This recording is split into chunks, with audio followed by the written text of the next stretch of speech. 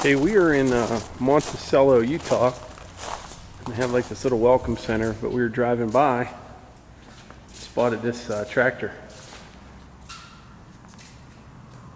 Stand right by that wheel there. That thing is pretty impressive. It's called the, what's it called? Big Four. The Big Four. The Giant Horse. Emerson-Brantingham company from Minneapolis, Minnesota. I believe this is a 1913 model. You just stand back here. Wow.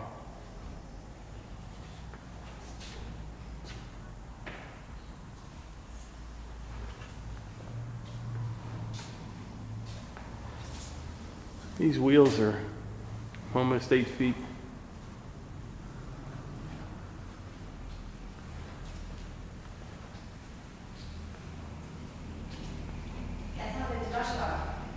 How?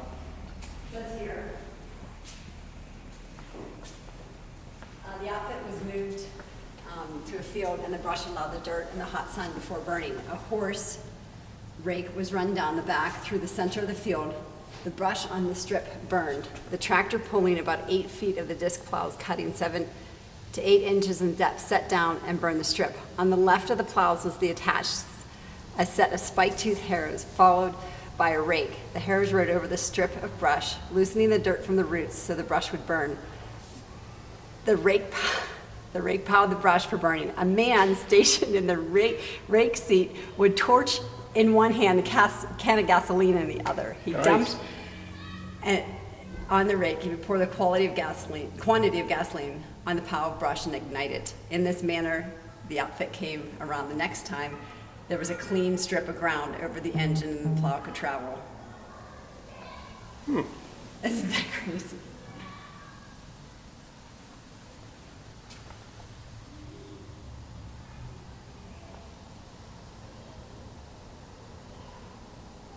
Look at this, they're using horses to pull the tractor. To get it up. Well, tell us how fast it went. Over. On this next one.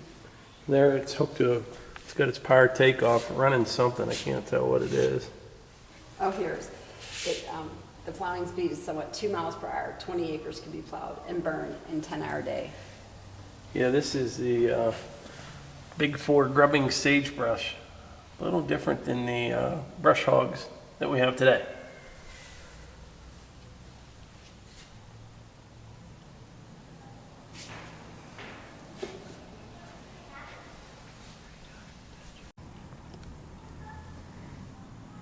Have an old fire truck here.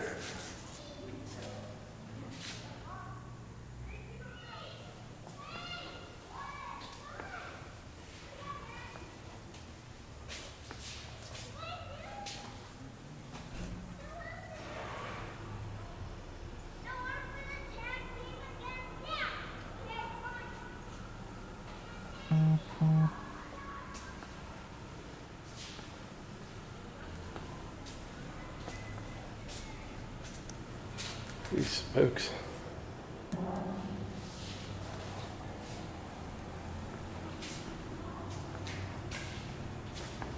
I guess this is for your PTO belt. I guess that's what that's for.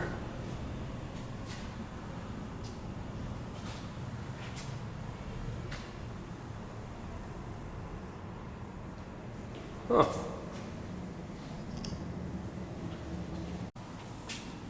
Okay, I'm not sure if you can see this. So that tractor is a 1913 Emerson-Brantingham Big Four tractor, manufactured in Minnesota. They made these from 1908 to 1912. I did see a price on this. Oh yeah, in 1916, the tractor sold for $2,800. That was brand new. $2,800 in 1916. Maximum speed was 2.22 miles per hour in the field, and a highway speed of 3.33. This one was sold to a company that was organized in Blanding, Utah. Pretty cool. And the other thing, big tractors and others like it were purchased in South Africa, Australia, France, South America, and Canada. Huh, they sent these all over the world. I'll have to do some more research on these and see how many were made and things like that, but this thing's gotta be 10 or 12 feet wide. The weight of it, I think it was on one of these papers over here. I bet you like a kid did his Eagle Scout project on this. Do you know what I mean? And Yeah.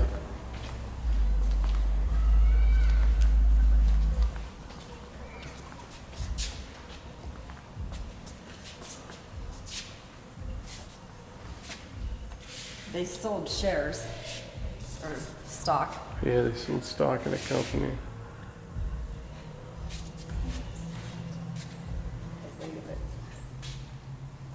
To get it home. This is the restoration of the Big 4 tractor. That was it before restoration. Suffered some vandalism, slightly damaged when a motorist jumped the curb and drove into a front wheel.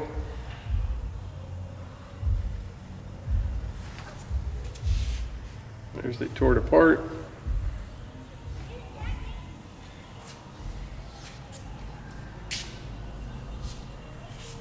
Look at the radiator. Look at that radiator. Look how There, nice. they got it all the way down to the frame here. And that's after restoration. Let's see, I saw one other thing.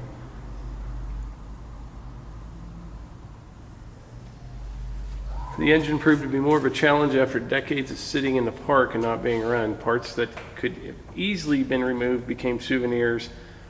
Parts that could be easily removed became souvenirs to people traveling through. Dirt and moisture were everywhere in the internal parts of the engine. The pistons were frozen, making removal especially difficult, I guess. So anyway, that's it for Big 4. The Big 430, the giant horse. That's a pretty good name for it.